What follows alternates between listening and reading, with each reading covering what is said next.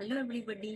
तो आज हम लोग बात करने वाले हैं एक और फीमेल रिप्रोडक्टिव सिस्टम के डिजीज के ऊपर, जो कि आजकल के दौर की जो हमारी महिलाएं हैं उनमें जो है वो हमें मोस्ट कॉमनली ये हमें देखने को मिलता है। तो यस, आज का हमारा टॉपिक है इंडोमेट्रियोसिस। इंडोमेट्रियोसिस को जानने से पहले जो है वो हम नॉर्मल यूट्रस के लेयर के बारे में बात करते हैं। तो बेसिकली यूट्रस में जो है वो 3 लेयर्स होते हैं। पहला हमारा होता है पेरीमेट्रियम, दूसरा होता है हमारा मायोमेट्रियम, और इंटरनली हमारा जो है वो इंडोमेट्रियम प्रेजेंट होता है। इसी इंडोमेट्रियम में जो है वो क्या होता है कि ओवर ग्रोथ होने लगता है, यानी कि जो सेल्स होते हैं उनमें जो है वो एबनॉर्मल ओवर ग्रोथ हमें देखने को मिलता है।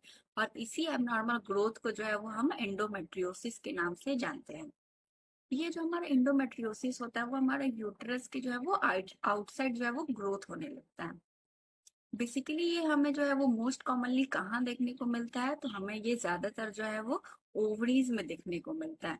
दूसरा हमारा जो है वो ये हमें फेलोपियन ट्यूब में देखने को मिलता है।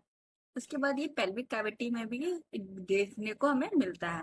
बहुत सारे ऐसे केसेस आते हैं जिसमें हमें मिलता है कि ये जो ओवर ग्रोथ है वो हमारा जो है वो पेल्विक कैविटी में भी हुआ है। अब बात करते हैं काउस के ऊपर, यानी कि ऐसे कौन कौन से काउस है, कौन कौन से रिस्क फैक्टर है जो कि इंडोमेट्रियोसिस हमारा करा सकते हैं। तो पहला हमारा होता है रेट्रोग्रेड मेंस्ट्रुएशन। इसमें क्या होता है कि during menstrual cycle, during menstrual period, उस दौरान क्या होता है कि जो ब्लड फ्लो है वो हमारा आउटसाइड होने की बजाय जो है वो इनसाइड होता है, जिसकी वजह से हमें जो है वो ग्रोथ देखने को मिल सकता है।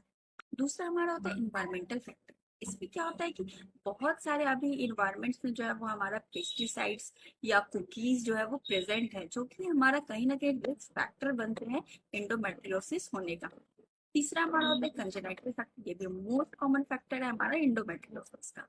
चौथा हमारा होता है किसी भी तरह का अगर फीमेल रिप्रोडक्टिव सिस्टम अगर इन्फेक्शन या फिर इन्फ्लामेशन हुआ है, देन वो भी जो है वो रिस्क फैक्टर बन सकते हैं हमारा इंडोमेट्रियोसिस होने का।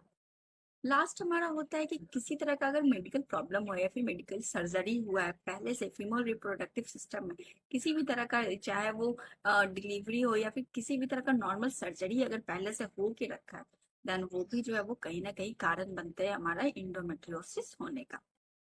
तो फीमेल्स आज के लिए इतना ही। अगली वीडियो में हम लोग बात करेंगे इसके सिम्टम्स और इसके ट्रीटमेंट के बारे में। तब तक के लिए आप लोग सेफ रहें और हेल्दी रहें।